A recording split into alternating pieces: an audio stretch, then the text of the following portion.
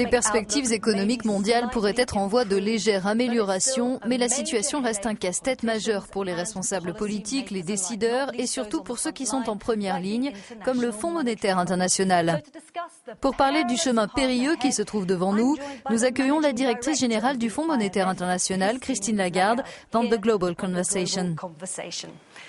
Christine Lagarde, merci beaucoup d'être avec nous. Avec plaisir. On dit souvent qu'il y a deux choses certaines dans la vie, la mort et les impôts. Aujourd'hui, on peut ajouter un élément, le climat d'incertitude. L'année 2013 va-t-elle se révéler aussi incertaine que 2012 ?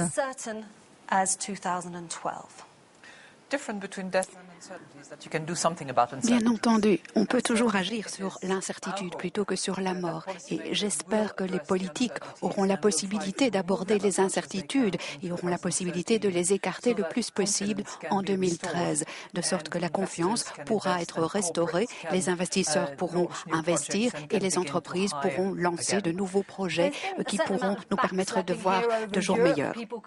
On a entendu un certain nombre de discours d'autosatisfaction ici en Europe affirmant que l'Europe est de nouveau en train de se redresser. C'est frappant parce que peut-être qu'il faudrait se montrer prudent et lutter contre cette complaisance. Qu'en pensez-vous ?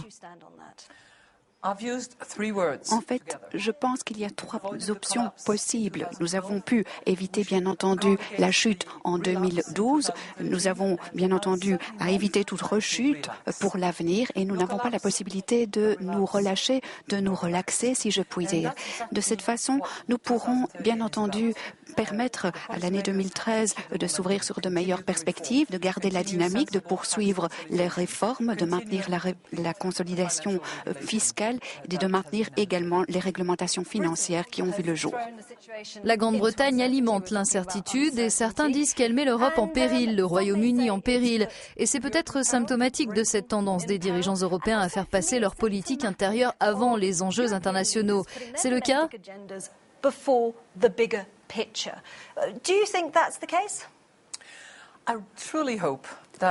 J'espère sincèrement qu'au niveau européen, nous pourrons poursuivre sur notre voie, à savoir traiter les difficultés, surmonter les obstacles, avoir des débats, des discussions et finalement sortir tous ensemble beaucoup plus forts de tout cela. Et j'espère sincèrement que c'est ce qui se produira. Avec la Grande-Bretagne dans l'Union ? Et l'Europe est bien entendu beaucoup plus forte si elle est unie, surtout lorsqu'elle s'efforce de faire face à la situation et d'être beaucoup plus compétitive. Je crois que c'est un débat, effectivement, qui sera entamé suite à cette initiative britannique. Je pense que la chancelière allemande a fait part de sa détermination à aborder la question de la compétitivité et nous savons que ce thème est au cœur même de l'ensemble des réformes que nous envisageons de mettre en œuvre. C'est quelque chose qu'il convient de faire. Passons à un autre sujet. Le fait de répondre de ces actes est très important pour vous. Et il faut souligner que le FMI a reconnu avoir fait des erreurs en demandant une mise en œuvre rapide de mesures d'austérité. Mais ces erreurs ont affecté la vie de millions de personnes en Grèce, par exemple. Le FMI devrait-il répondre de ces actes ? En fait, au niveau du FMI, nous voulons être responsables, à l'instar de toute personne impliquée dans une mission d'ordre public ou d'ordre privé. Nous avons tous des comptes à rendre. Et je pense que la première mesure en la matière, c'est de dire la vérité, de ne pas dissimuler des choses de quelque manière que ce soit. Bien entendu, ce fut une décision difficile, mais nous avions décidé d'entrée de jeu que nous devrions faire preuve d'ouverture par rapport à nos membres, comme nous l'avons toujours fait par le passé et comme nous continuerons à le faire. Nous réévaluons nos chiffres, nos hypothèses à l'aune de la nouvelle réalité. Et je sais que la nouvelle réalité de l'année dernière, par exemple, n'est pas du tout conforme à celle qui existait il y a 3 ou 4 ans. C'est pour cela qu'il y a toute une série de multiplicateurs financiers qui peuvent bien entendu évoluer au fil du temps. Il faut reconnaître cela et l'admettre. Mais quoi qu'il en soit, je voudrais insister sur le fait que toute une série de réformes, de mesures, de consolidation fiscale ont été prises, mais ne sont pas uniquement décidées sur base de ces multiplicateurs financiers. C'est bien entendu un des paramètres qui s'intègre dans une évaluation beaucoup plus globale de l'économie mondiale. Quoi qu'il arrive, il était important pour la Grèce de se consolider, de se restructurer, de s'adapter, si je puis dire, à son paysage économique. Il était important de doté toute une série d'obstacles pour aller sur la voie de la croissance. Donc, il est entendu que ces multiplicateurs étaient beaucoup plus élevés que ce que nous avions pensé initialement lors de la conception initiale du programme, mais ce n'est pas à cause de cela que la situation a été ce qu'elle a été. Il y a quelques mois, vous avez suscité un tollé quand vous avez dit que vous étiez plus compatissante à l'égard des enfants en Afrique que vis-à-vis des Grecs. Maintenez-vous vos propos? Ont-ils été mal interprétés ou les regrettez-vous? Non, je ne regrette absolument pas cette déclaration. En revenant d'Afrique, je gardais ces visages à l'esprit et à l'heure d'aujourd'hui, j'ai par exemple pu rencontrer toute une série d'enfants du Niger qui vivent dans de toutes petites classes d'école avec très peu de matériel scolaire à disposition et c'est à eux que je pense lorsque je me lève le matin et je suis très préoccupée bien entendu également par la population grecque, mais je pense peut-être davantage aux petits-enfants du Niger et je crois qu'il serait effectivement judicieux que l'ensemble de la population grecque paye ces taxes et je maintiens cette position. Il est évident qu'il y a certains éléments qui sont pris en considération par la Commission européenne, les autorités et le gouvernement grec. Il y a une reconnaissance claire effectivement du fait que si les autorités grecques parviennent à rassembler l'ensemble des taxes qui doivent être payées, l'économie ne s'en portera que mieux. Élargissons le propos brièvement. On dit que l'Europe est dans une situation difficile. Pour les États-Unis, ce n'est guère mieux. Où se situe la Chine? Bien, géographiquement à l'Est, je dirais, mais en termes de contribution à la croissance mondiale, je pense que c'est un catalyseur. La Chine est censée nous proposer de 7 à 8% de croissance en 2013. Il y a une nouvelle équipe dirigeante à la tête du pays qui a indiqué très clairement qu'ils avaient l'intention de mettre en place toute une série de plans, de rééquilibrer le modèle de croissance économique pour être beaucoup plus centré sur le niveau national. Donc, je crois que la Chine sera effectivement un des catalyseurs de l'économie mondiale à l'avenir. Donc la crainte d'une bulle n'est pas fondée.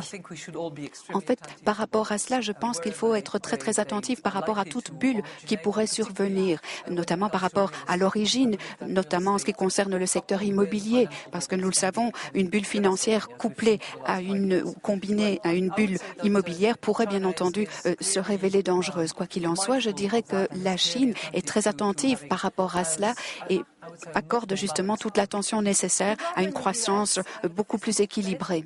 Aux États-Unis, le mur budgétaire, le plafond de la dette masquent un problème plus vaste, le chômage massif. Dans cette crise, oublie-t-on de parler du chômage dans le monde?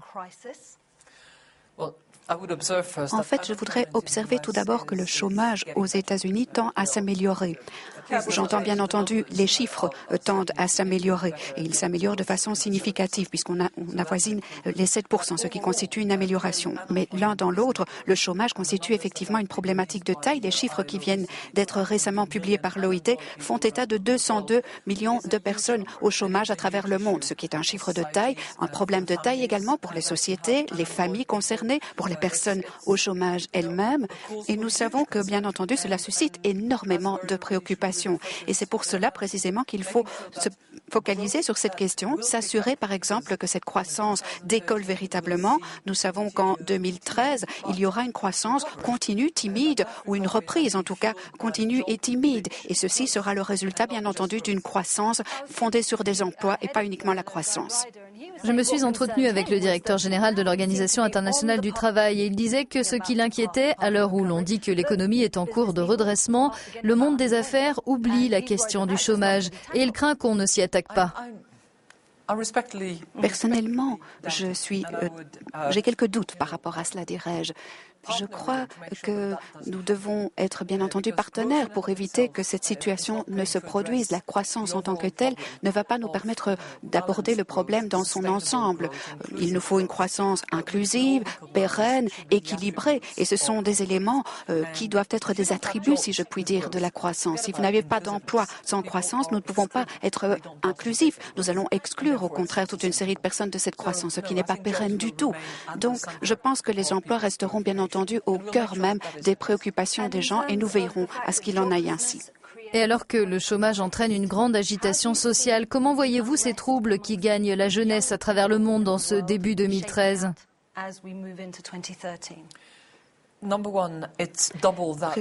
Point numéro 1, je pense que nous avons une multiplication au niveau de la population générale. Nous savons que nous avons un taux de chômage de 10%.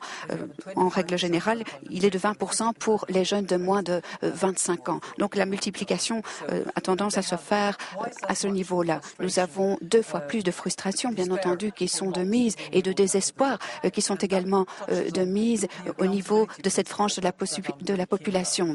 Il y a un principe de responsabilité qui me tient très à cœur et je crois que le principe ou l'aspiration essentielle, c'est bien entendu d'aller de l'avant. Nous savons que la société doit être responsable vis-à-vis de ces jeunes, veiller à ce que ces jeunes soient éduqués, reçoivent une éducation qui leur donne accès à l'emploi. Et il est entendu que cette croissance dépend dans une large mesure de l'emploi. On parle beaucoup ici au Forum économique mondial des risques mondiaux. Nous en avons évoqué un certain nombre. Quels autres risques mondiaux pouvez-vous identifier ?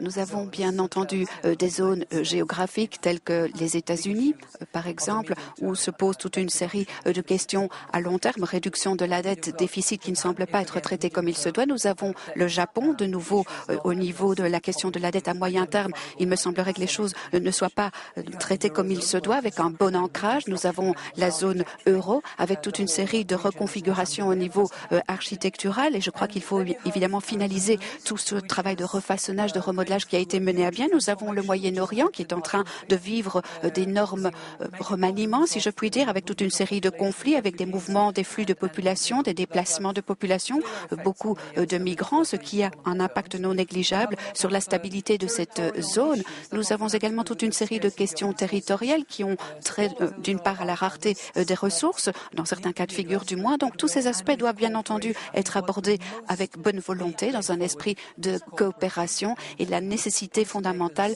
me semble avoir trait à la coopération. Les politiques doivent bien entendu ne pas se poser exclusivement la question de savoir comment résoudre leurs difficultés nationales, mais essayer de voir quels sont les impacts que tout cela peut avoir à l'extérieur et essayer de retirer les meilleurs bénéfices possibles de toutes les décisions prises. Et pour finir, vous avez parlé d'égalité homme-femme ici à Davos. La presse vous décrit comme charmante, comme une séductrice. On vous décrit aussi comme une dominatrice. Apparemment, votre caricature favorite vous montre en barésie en train de fouetter un banquier. Je ne sais pas si c'est vrai. Oui, ça remonte à 2008, si je ne m'abuse. Quelle est l'importance du sens de l'humour dans un monde d'hommes ? C'est très très important dans le monde, pas exclusivement dans un monde d'hommes. Je pense qu'il faut bien entendu un monde ouvert à tous, pas exclusivement accessible aux hommes ou aux femmes. Nous devons essayer de travailler ensemble, de travailler côte à côte et ne pas se prendre trop au sérieux, si je puis dire, et essayer de maintenir ce petit sens de l'humour, cette petite voix au fond de nous-mêmes qui nous invite à être sensibles, humbles, raisonnables, mais le sens de l'humour est effectivement fondamental.